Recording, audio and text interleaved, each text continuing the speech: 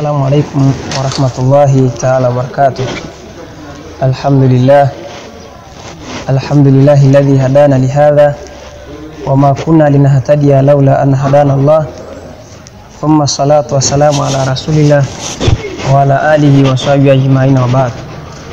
Ama baada ya kumhimidi Allah subhanahu wa ta'ala na kuzitaka rehma na amani zimwendee bwana mtume Muhammadin sallallahu alayhi wa alihi wa sahbihi wasallam, na kila sababu za kumshukuru Mwenyezi Mungu ambaye alotuafikia kheri kuidiriki siku hii ya 11 ndani ya mwezi huu wa Jamadu Thani mfungo wa 9, ambapo tupo katika uradi ama katika tukio ambalo lilimpata bwana mkubwa, mwanazuoni mkubwa kwa majina yake akiitwa Al-Habib Al-Imam As-Sayyid Ahmad Muhammad Al-Mihdhar, ambapo mwanachuoni mkubwa huyu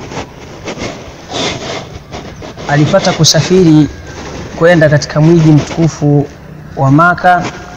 Baada ya kufika katika mji mtukufu wa Maka,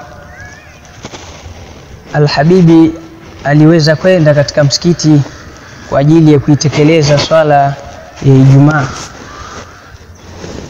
Alivofika ama alivoketi kwa ajili ya kuisikiliza khutba, Al-Habibi alianza kuona khutba imeanza kuwa ndefu, lakini kutokana na khutba kuwa ndefu, manake yeye hakuzoea hivyo.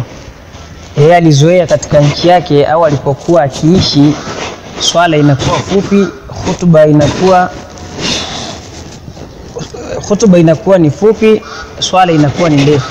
Lakini alipofika katika mji mtukufu wa Maka, aliona khutba imeanza kuwa ndefu, kitendo ambacho kilimpelekea Al-Habibi kuchukizwa na kukasirika hadi kuchukua kiatu na kumpiga alokuwa akihutubu. Walinzi ambao walikuwa kimlinda khatibu hawakufurahishwa na jambo lile. Walichokifanya ni kuanza kumfukuza Al-Habibi.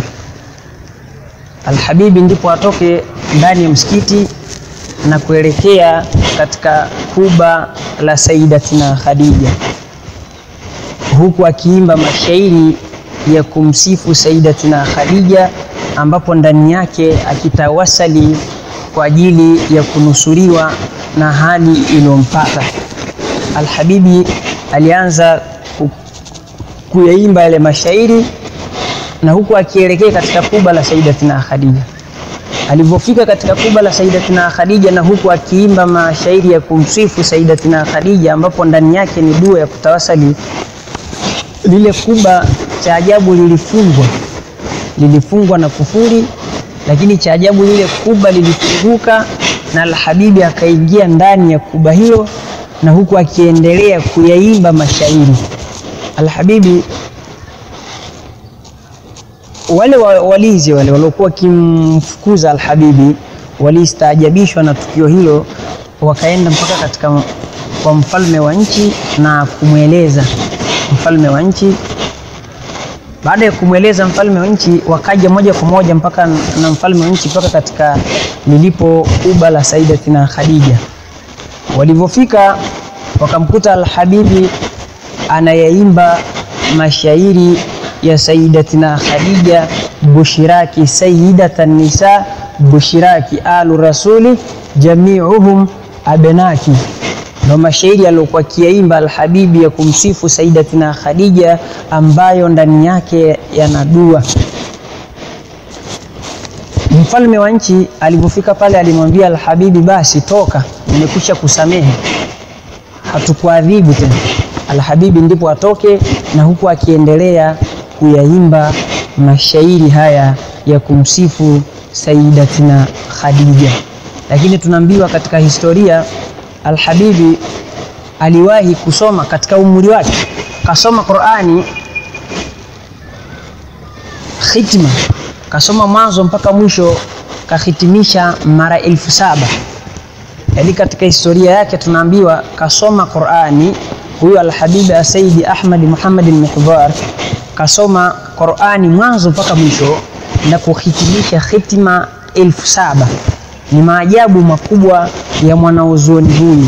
Kwa hivyo tarehe kama hii ya leo ya 11 ya mwezi huu ndio huwa tukio hili lilimtokea Al-Habibi, na ndipo atawasali na mashairi haya alokuwa akiyaimba kwa ajili ya kumsifu Sayyidatina Khadija, na ndo akanusuriwa kupitia mashairi alokuwa akiyaimba ya kumsifu Sayyidatina Khadija. Kwa hivyo na sisi tukaweka kama ni uradi na kutawasal na majambo yetu kupitia siku kama hii ya leo.